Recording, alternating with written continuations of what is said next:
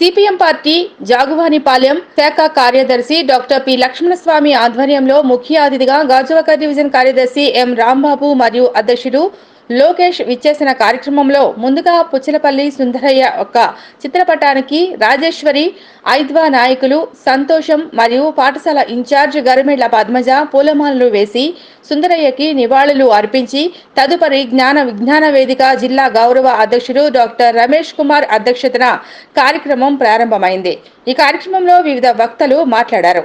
CPM శాఖ కార్యదర్శి P Lakshmana Swamy Puchalapalli Sundarayya ఒక శాసనసభ్యులుగా మరియు మెంబర్ ఆఫ్ పార్లమెంటుగా ఉన్నప్పుడు ఏ రకమైన ఆర్భాటాలు పోకుండా తన సొంత సైకిల్పై ప్రజా సమస్యలపై చర్చించడానికి వెళ్లేవారని, అంతేకాకుండా ఆంధ్రప్రదేశ్లో కొత్తగా ఏర్పడే ప్రభుత్వం రేషన్ వ్యవస్థ ద్వారా 14 రకాల నిత్యావసర సరుకులను ప్రజలకు పంపిణీ చేయాలని సిపిఎం పార్టీ ద్వారా డిమాండ్ చేస్తున్నామని అన్నారు. సుందరయ్య చనిపోయిన సంవత్సరంలో ఆయన స్ఫూర్తితో గాజువాక ప్రాంతంలో దశమకొండ, సుందరయ్య కాలనీ, స్వతంత్ర నగర్, రాసులమ్మ కాలనీ, బానుతోటలో సిపిఎం పార్టీ అనేక పోరాటాలు చేసి పేద ప్రజలకు ఇళ్ల స్థలాలు ఇవ్వటం జరిగిందన్నారు. విశ్రాంతి ఉద్యోగ సంఘాల నాయకులు ఈవీఎంఎస్ వర్మ మాట్లాడుతూ సుందరయ్య తన యావత్ ఆస్తిని పార్టీకి విరాళంగా ఇచ్చిన నిస్వార్థ నాయకుడని తెలియజేశారు. జీవీవీ జిల్లా నాయకులు డాక్టర్ రమేష్ మాట్లాడుతూ సుందరయ్య పరిసర గ్రామ ప్రజలకు మందులు మరియు నిత్యావసర సరుకులు పట్టణాల్లో కొని తెచ్చిన రేట్లకే సరఫరా చేసే మహానాయకుడు అని కొనియాడారు. సిపిఎం నాయకులు కిరీటం మాట్లాడుతూ తన పేరు చివర ఉన్న రెడ్డి అనే పదాన్ని తొలగించి సాధారణమైన అహంభావం లేని నాయకుడు అన్నారు. ఐదవ నాయకులు సంతోషం మాట్లాడుతూ దీనజనులకు ఆశాజ్యోతిగా నిలిచి మహిళలు స్వయం శక్తితో జీవనం కొనసాగాలని పిలుపునిచ్చిన మొదటి తరం నాయకులని తెలియజేశారు. యూత్ నాయకులు రేగు మోహన్, శ్రీదేవి, సింగిరెడ్డి లక్ష్మి తదితరులు మాట్లాడారు.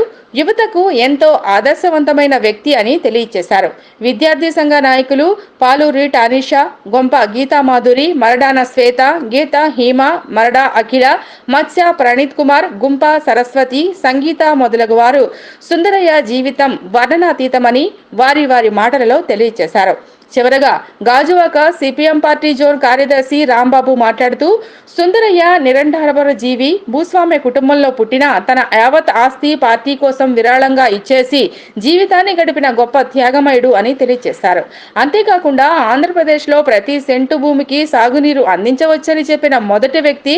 కానీ ప్రస్తుతం నాయకులు పుచ్చలపల్లి సుందరయ్య వ్యవహార శైలికి విరుద్ధంగా ఉంటుందన్నారు.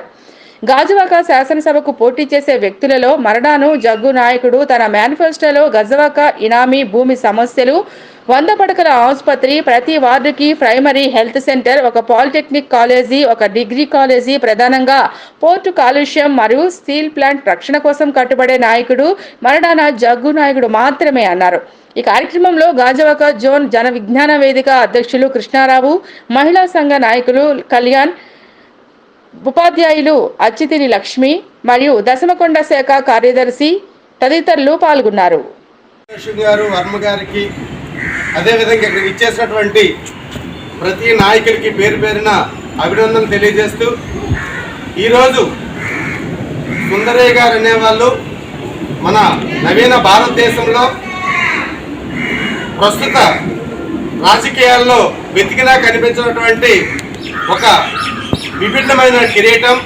ఎందుకంటే ఆయన ఎమ్మెల్యేగా ఉన్నప్పుడు కానీ, ఎంపీగా ఉన్నప్పుడు కానీ, తను అసెంబ్లీకి వెళ్ళడానికి కానీ, లేదంటే పార్లమెంట్కి వెళ్ళడానికి చాలా నిరాడంబరంగా సైకిల్ మీద ప్రయాణం చేసి తను సభలకు అటెండ్ అయి యావత్ భారతదేశంలోనే ఆధునిక భారతదేశానికి ఒక దిశానిర్దేశం చేసి తన యావత్ ఆస్తులను కూడా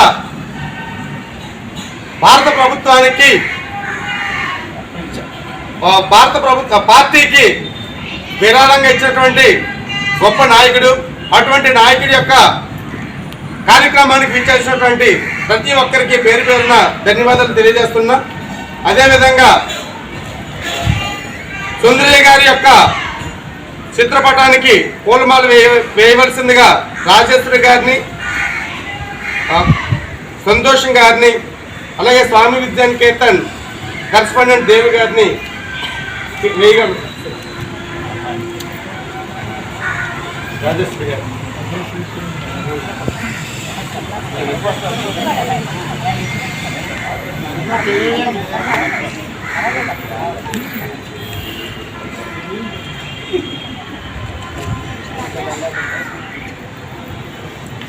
కార్యక్రమాన్ని ఉద్దేశించి జోన్ కార్యదర్శి రాంబాబు గారిని మాట్లాడవలసిందిగా కోరుచున్నాను.